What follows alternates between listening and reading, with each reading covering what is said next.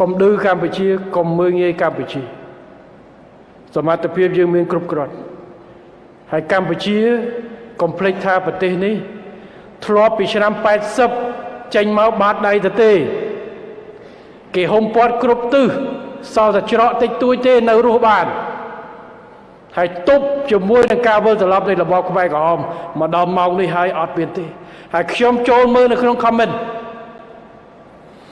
អ្នកដែលចូល comment នៅខាងភាគីនោះគេថាខ្មែរប្រជាជនរដ្ឋយើងកុំថាខ្មែរដូច20ឆ្នាំមុន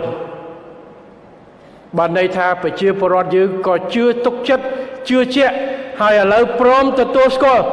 ថាអ្វីដែលយើងអភិវឌ្ឍទោះបីជាត្រូវការរិះគន់វាយប្រហារពីមជ្ឈដ្ឋាននយោបាយមួយចំនួនថាយើងខ្ចីអ្នកនេះឲ្យអ្នកនេះវិនិយោគក៏ដោយប៉ុន្តែផលជាក់ស្ដែងបានឃើញហើយគឺវាបង្កើននូវសមត្ថភាពរបស់កម្ពុជាក្នុងការម្ចាស់ការឯករាជ្យភាពរបស់យើងក្នុងការធានានៅតម្រូវការរបស់ប្រជាជនយើងគ្រប់វិស័យរបស់យើង